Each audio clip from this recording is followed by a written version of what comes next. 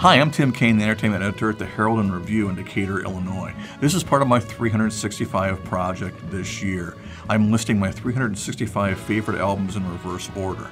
I have given Hugh Sullivan, our videographer, a list of the 7 albums that I'm ranking this week, and he will pick one, and I will talk about that extemporaneously.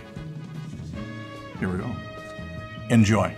This week's choice is Waka, Jawaka by Frank Zappa. This is when he was in his period of basically doing jazz music, and it took me a little while to really understand what was going on with this, because with a lot of his jazz stuff, it took me a long time to realize that there were actually structures. I mean, there are times with jazz that my ignorance about it, and believe me, I understand it's my ignorance about it.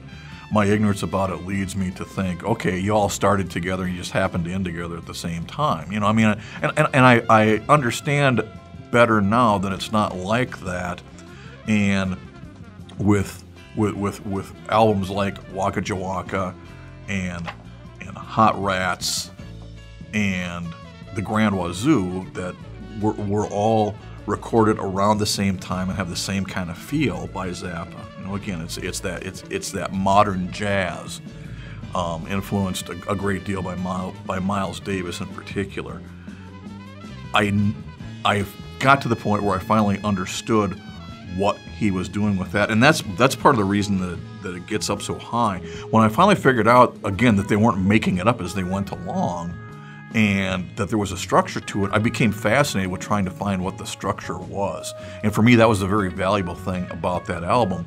And lest I make it sound like it was just a school exercise or an educational effort to try and figure it out, oh no, it wasn't that at all.